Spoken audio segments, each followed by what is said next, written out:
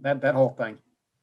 Yeah, I think that's actually my third former team I get to play this year or years past. But, yeah, me and Matt go way back. I remember when I was, I think, a junior or senior, he came in as a young guy, and he was probably one of the most memorable, just naturally just crazy teammates I played with. Just he's a guy that loves contact, which is my type of guy. And, yeah, I'm excited. I'm excited to get to play him. Yeah, it's going to be fun. I'm sure a lot of words will be will be said, but it'll be fun, man. We'll now go to Dave Biddle from 24/7 Sports. Thank you. Justin, facing a guy like Trevor Lawrence again, is it a situation like is your mindset and the defense's mindset? He's going to make his share of plays. We just have to limit the really big plays. Just what's your mindset facing a guy like Lawrence? I would say the overall mindset is just Coach Combs is one of the most influential coaches I've had.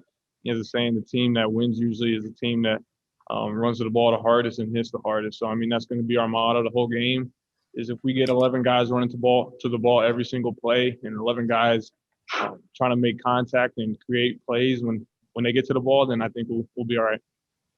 Thank you. Next will be Dan Hope from 11 Warriors.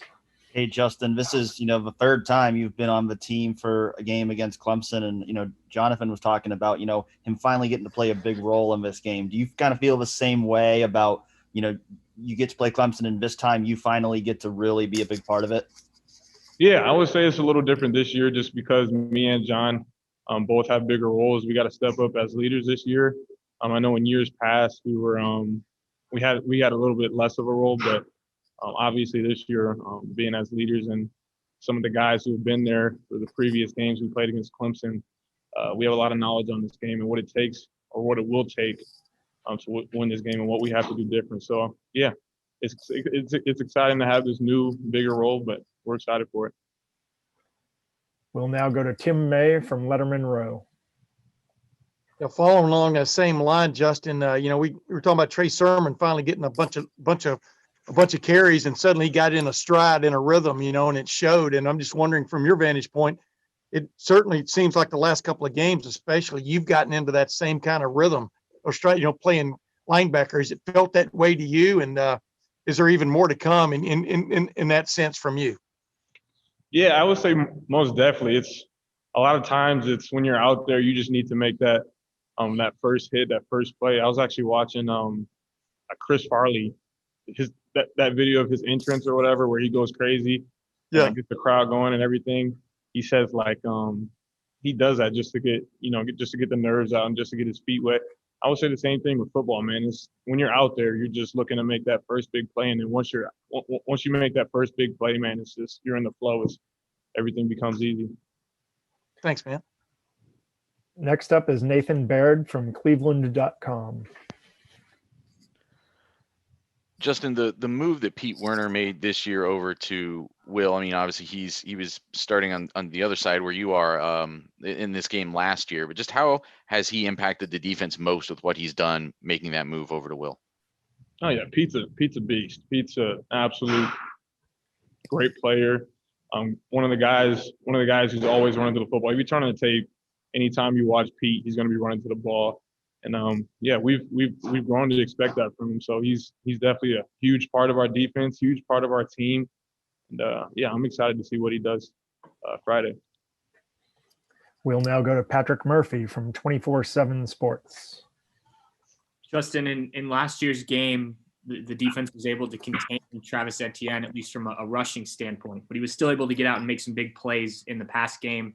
How aware and how much conversation has there been of that, and knowing that to have success, you need to be able to shut a guy like that down in both facets?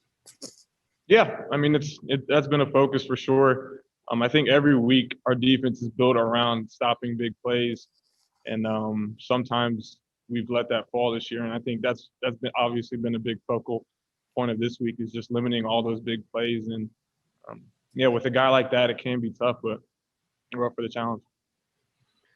We have time for another question here, if there's somebody with one. He almost got away. We have Spencer Holbrook from Letterman Row, please. Justin, when you look at everything this offense can do against you guys, or what they're going to try to do against you guys, is it an advantage to have already gone against it a year ago? I know it's a lot of different moving pieces and a lot of different guys in and out of the lineup from a year ago. But is it an advantage to kind of see a couple of the same guys twice? I don't see it as an advantage. I think maybe more mentally than physically, knowing what it takes as far as preparation going in this game and learning from things that we didn't do right in the past. I think that'll serve as an advantage. But I don't think it gives us an advantage over any team just because we played them.